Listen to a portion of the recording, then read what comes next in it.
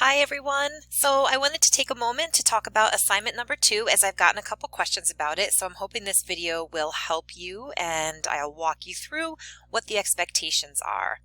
So if we head down after you've done the readings for week 1, you're going to see that these 3 things are due. And some of you have brought up assignment number 2. So let me click on that. And you're going to see that I've gone in and added a few more references for you to be able to look up some articles.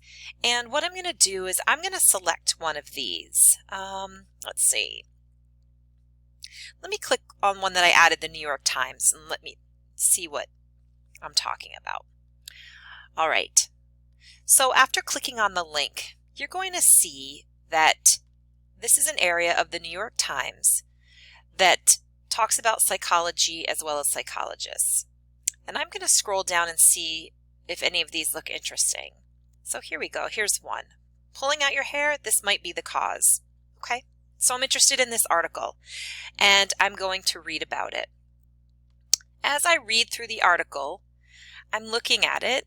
I'm bringing in the information because I'm going to want to summarize this. And then when I'm done reading it, I'm going to look and try to find where did they get some of this information from. So as I scroll here, I see that, oh look, here's something from the Journal of Psychiatry, and I'm going to click on that.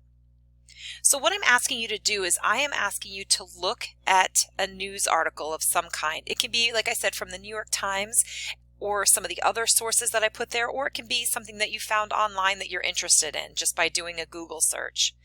What I'm then asking you to do is to go into that news article and find where did they get some of this information. So for example, we're looking at hair pulling, and now I've gone and found the actual one of the issues that talks about hair pulling and some of the studies that have been done. And I'm going to look and read this over, and I'm going to compare this to the article that I found in the New York Times. What's different about this? What's different about the two sources of information? I'm going to keep looking through here. I'm going to look and find where some of the information has come from. What are some of the studies that have been done? Here's another link. Some key areas of focus for research. Okay, so this brings me then to an article from, looks like Psychology Today. You can see that if I move my screen a little bit. So Psychology Today isn't an actual journal, but where did this Psychology Today information come from? And as I scroll through this, I can find the references. So here are some references that talk about where they got the information from. And then you can go back and look at these references.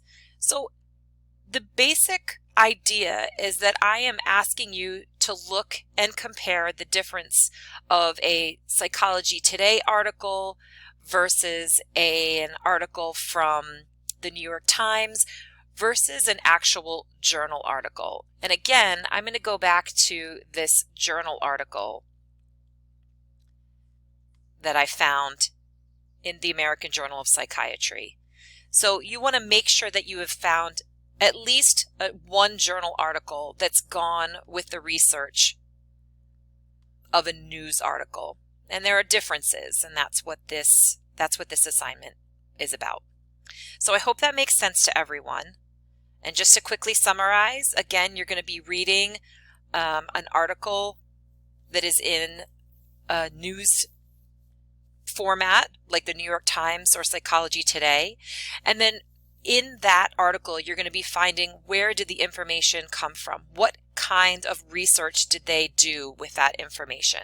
Then you're going to go back and you're going to look at a journal article and you're going to see where the actual study came from. Where did some of that information come from?